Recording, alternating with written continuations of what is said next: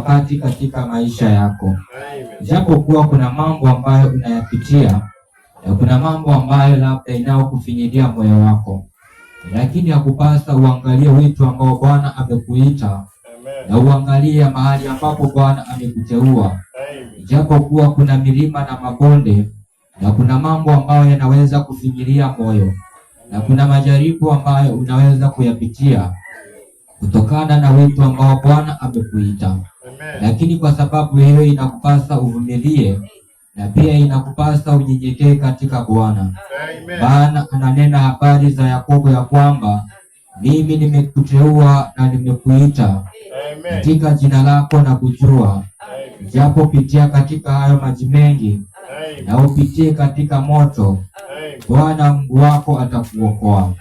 Hivyo najua nami ya kwamba japo pitia katika moto na maji mengi, sitagharakika katika hayo, wala sitafadhaika katika hayo, maana Bwana yu pamoja nami na yu pamoja katika maisha yako.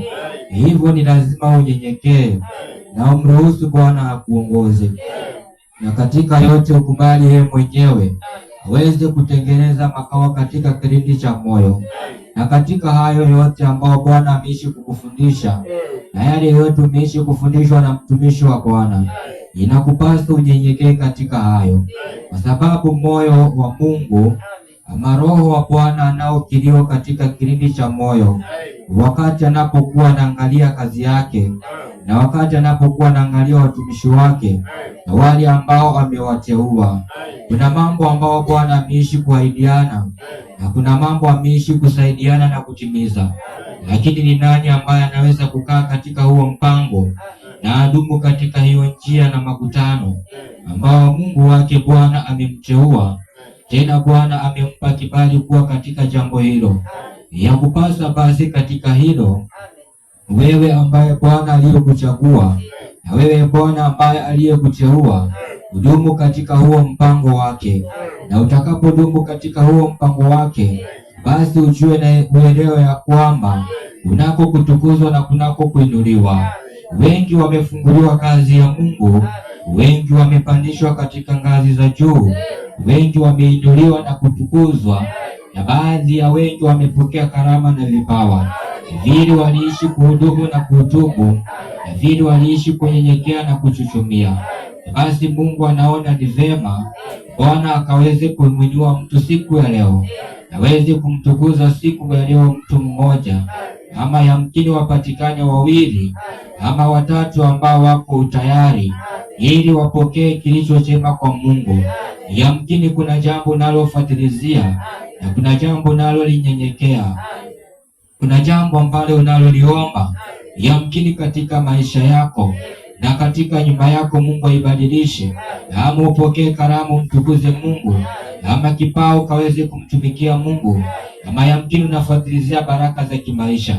Basi hivyo ndivyo ilivyo katika maisha ya watu waliotutangulia, na hivyo ndivyo ilivyo katika maisha yetu siku ya leo. Kile ambacho unachofuatilizia, kile ambacho unachoomba Mwenyezi Mungu, kile ambacho unachokihitaji, kinahitaji mtu kunyenyekea. Inahitaji Bwana kunyenyekea chini ya miguu yake Mwenyezi Mungu. Inahitaji wewe unyenyekee, tena ujiachilie kwa Mungu, maana Mungu anao mpango pamoja na wewe, na anao jambo moja ambalo anafaa aweze kulitimiza kwako.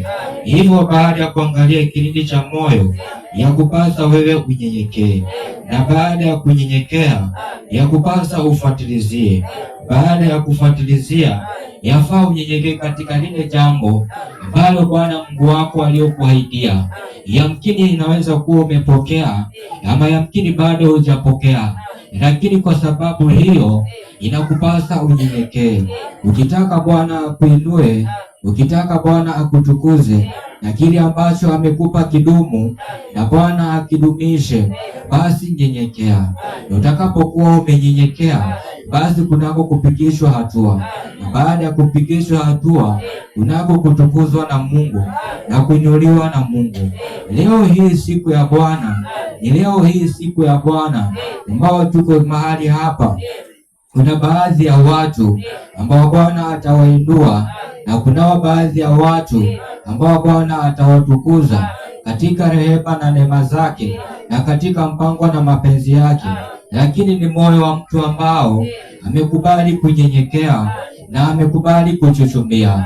Huo moyo ambao ulio safi, ambao hauna uzito ndani yake, na ambao hauna manunguniko, na pia hauna hasira, hauna kiburi wala majivuno, wala moyo huyo hauna wivu, wala hauna matukano na mambo mabaya. Basi huo ndio moyo Bwana ambao anaotafuta, ili siku hii aweze kuujaza na upako na nguvu zake, ili aweze kuutumia. Basi katika maandiko ya siku ya leo kuna watu wawili ambao tunahitaji tujifunze kutoka kwao. Basi palikuweko na mtumishi mmoja ambaye alikuwa anaitwa Elia. Elia alikuwa ni mtumishi wa Bwana, naye Bwana akampa kibali cha kumwabudu ili Bwana akaweze kumtumia. Akatenda kazi ya Bwana kubwa, na katika mlima akapaa, na katika mlima akaenda ili kuhubiri habari njema katika ufalme wa Mungu. Si kwamba Elia wakati huu alipokuwa ametukuzwa ama Bwana amemwinua viwango vikubwa, si kwamba Elia alikuwa hakuna manabii, si kwamba kulikuwa hakuna wachungaji, si kwamba kulikuwa hakuna mitume wala makuhani. Wakati huo kulikuwa na makuhani na manabii, pia kulikuwa na wachungaji na walimu, na pia kulikuwa na mitume na wainjilisti. Vipawa hivyo vilitenda kazi viwango vikubwa katika wakati huo, lakini Bwana akampa kibali juu ya Elia, juu yake. Mungu akamteua, akamwinua, japo kuwa kulikuwa na manabii, japo kuwa kulikuwa na mitume, japo kuwa kulikuwa na wachungaji, lakini Bwana akamwinua Elisha mtumishi wa Bwana, na Bwana akampa kibali mbele ya manabii wote, mbele ya wachungaji wote, mbele ya watumishi wote, mbele ya mitume wote. Akapata kibali kibora ambacho hicho kibali akamtukuza Mungu na katika manabii wote. Basi wakaona kazi ya Elia inafaa mbele ya uso wa Mungu, waweze kuongozwa naye. Basi kwa sababu hiyo Elia Bwana akazidi kumtukuza, kwa sababu aliishi kunyenyekea, na aliishi kunyenyekea tena akajishusha chini, na alipojishusha chini Mungu akazidi kumtukuza. Alipozidi kunyenyekea, hivyo ndivyo alizidi kuinuliwa. Jinsi alizidi kuomba na kutafuta uso wa Mungu, hivyo ndivyo alizidi kuinuliwa na kutukuzwa na Mungu. Basi akapata kibali mbele ya Samaria na Yuda, na mbele ya Yerusalemu, mbele ya Israeli yote. Bwana akamteua Elia, na Bwana alipomteua Elia, basi hata mbele ya mfalme Bwana akamjulisha ya kwamba katika hii nyumba ya Yakobo na Yuda na Samaria unaye mtumishi wangu. Hivyo nendeni mumuulize habari za kanisa, ama habari za nyumba ya Mungu, habari ya taifa na habari za watu. Haleluya! Na walipokuwa anamuuliza na walipokuwa ananenewa, basi walikaa katika mpango wa Bwana, na walipokuwa katika mpango wa Bwana Mungu akamtukuza sana. Na Mungu alipomtukuza sana, akazidi kupata mbele ya uso wa Bwana kibali zaidi ya kibali, na Mungu akampa hekima na ufahamu. Basi wakati huo, japokuwa kulikuwa na manabii, japokuwa kulikuwa na mitume, lakini hakuna mmoja wapo alionekana kama Elia mtumishi wa Bwana, ambaye anayenyenyekea, ambaye amejikana, pia amejitoa kwa kazi ya Bwana, katika hasara kwake lakini faida kwa Mungu. Jambo lile lilimpendeza Bwana, na lilipokuwa limempendeza Mwenyezi Mungu, Mungu akamtukuza viwango vikubwa, na Bwana akamhekimisha. Bwana alipomhekimisha, ufahamu wa Bwana ukamjilia. Hivyo katika kufundisha na katika kuhubiri kwake, wengi walipokea, wengi wakainuliwa, wengi wakatukuzwa, wengi wakabarikiwa, wengi wakaponywa, wengi wakafunguliwa. Na wengi walipokuwa wamefunguliwa, Bwana akaweka neema na juu ya neema yake kukawa na kibali kikubwa.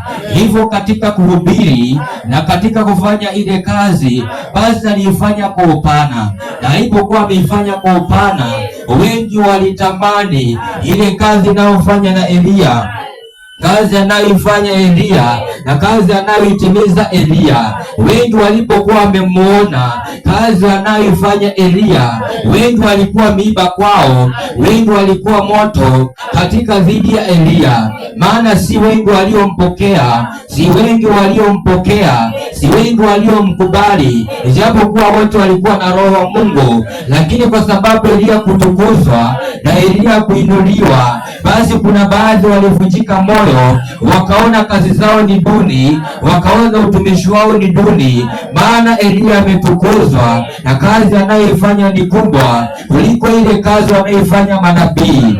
Basi baada ya hapo Elia akawa kuwakusanya, Elia akawaita ili aweze kuwafundisha. Yamkini wapokee roho kama yake, yamkini wapokee mawazo kama yake, wapokee moyo kama wake, ili kazi ya Bwana isonge mbele. Maana si kazi ya mtu, bali ni kazi ya Bwana. Si kazi ya mtu, bali ni kazi ya Bwana. Lakini vile walivyomwona Elia vile anavyofanya ile kazi, basi wakaona hii kazi ni Elia mtumishi wa Mungu, lakini kazi hili ilikuwa ni ya Bwana. Kazi hili ilikuwa ni ya mtumishi wa Mungu, naye Mungu anamtumia. Hivyo alitafuta watu ili aweze kuwagawanyia ile roho, ili waabudu kama vile anavyoabudu, ili watumike vile anavyotumika, ili anene habari za Mungu vile anavyonena, na wafundishe vile anavyofundisha. Lakini wakati huo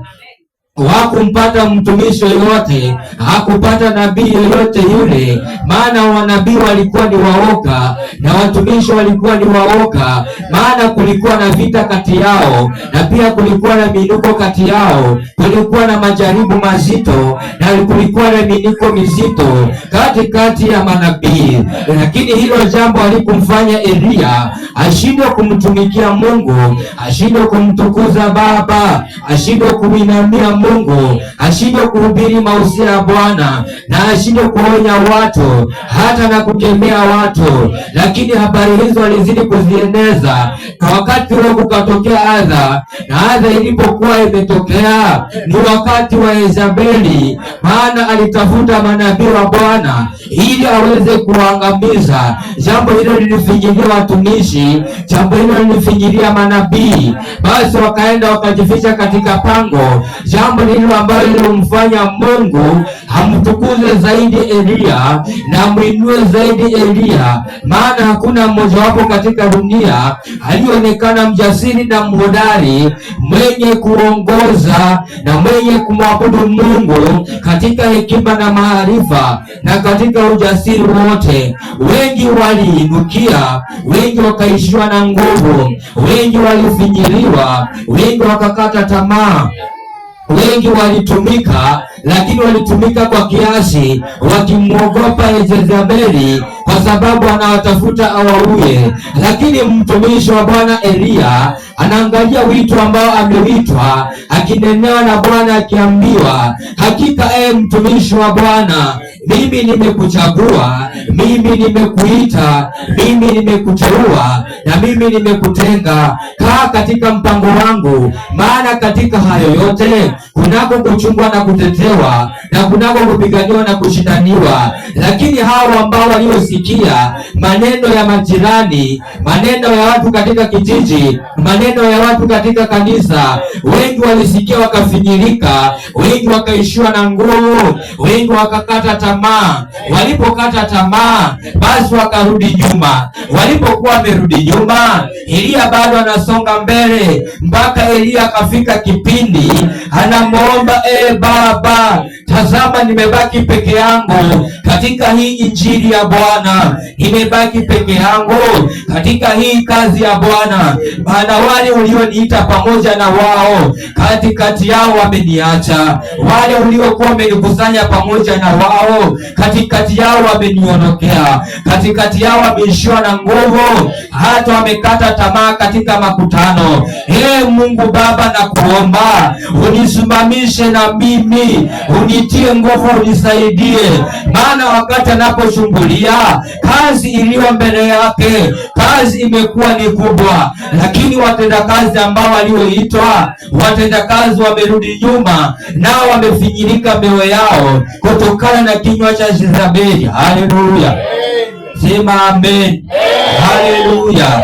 Baada ya jambo hilo kutokea, basi Elia akamuomba Mungu, na Mungu alipokuwa amesikia maombi ya Elia, basi hapo ndipo Mungu akamwambia, basi kuna mtumishi nitamtumana, na huyo mtumishi nitakayemtumana jina lake anaitwa Elisha. Ni mtumishi wa Mungu, naye ameishi kutenda kazi ya kulima katika shamba na mashamba, akitumia ng'ombe. Haleluya. Na hizo ng'ombe ambazo anazozitumia, basi utamwona mtu huyo na katika kichwa chake anacho kipara. Utakapokutana na huyo mtumishi wa Mungu, mwekelee mkono juu yake. Baada ya kumwekelea mkono juu yake, kazi kubwa ataifanya vile ambavyo unaifanya. Atahubiri mausia ya Bwana, na atahubiri kazi ya Mungu, na atafanya kazi kubwa mbele yako. Baada ya kukuondoa, atakaa akiketi katika neema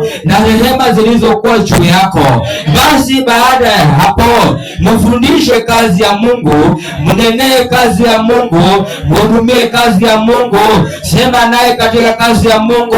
Mpe chochote ambacho ilishoweka katika hazina ya moyo wako, ili baada ya kukuondoa, basi awe katika niaba yako, ili afanye hiyo kazi. Haleluya. Elia akamuomba Bwana, na Bwana alipokuwa amemtoa, basi akita katika kuhubiri na katika kufundisha, ndipo anapatana na mtumishi Elisha. Elisha ni mtumishi wa Bwana, lakini wakati huo hakujua ya kwamba Bwana amemteua na Bwana amemtenga na Bwana amemweka kusimama kwa ajili ya kazi ya Mungu. Ijapokuwa ameishi kulima, lakini ndani yake kuna kazi ya Mungu, lakini hakujua ya kwamba Bwana amemteua na Bwana amemuita na Bwana amemtenga. Hivyo baada ya kukutana na Elia, akamwambia Elisha mtumishi wa Mungu, njoo. Basi akamhudumia. Nasikia ya kwamba Bwana amehaidiana, kuna kazi kubwa ndani yako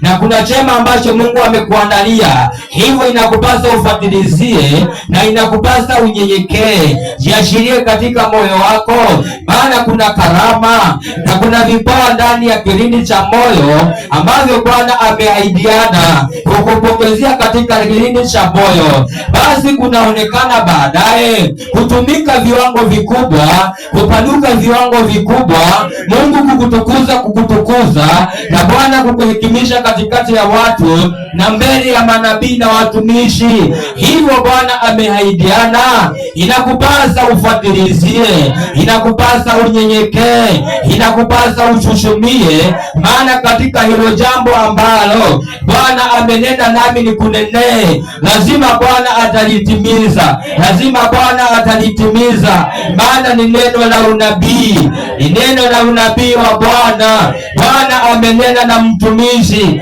hakuambia kwamba kuna kazi kubwa ndani yako, kuna jambo ambalo ameweka, kuna kitu ambacho amekiweka ambacho ni cha dhamana. Haleluya. Na hilo jambo ambalo ameweka, atafuta uso wa Bwana ili mtu anyenyekee, ili mtu achuchumie, ili mtu aweze kujiachilia, ili katika hilo chema alichoweka Bwana aweze kujiachilia, na Bwana wakati wakijiachilia Bwana amtukuze, amuinue. Basi habari hizo Elisha alizokuwa amezipokea, akakaa hivi ili amsikilize mtumishi wa Bwana, lakini akazungulia akaona kuna ng'ombe ambao ameishi kulima, kuna ng'ombe baadhi ambao ameishi kuwatumia ili aweze kujiendeleza kimaisha. Basi akaangalia Elia, na alipokuwa ameangalia Elia akamwona ako na mkoba na katika kiuno amejifunga mshipi.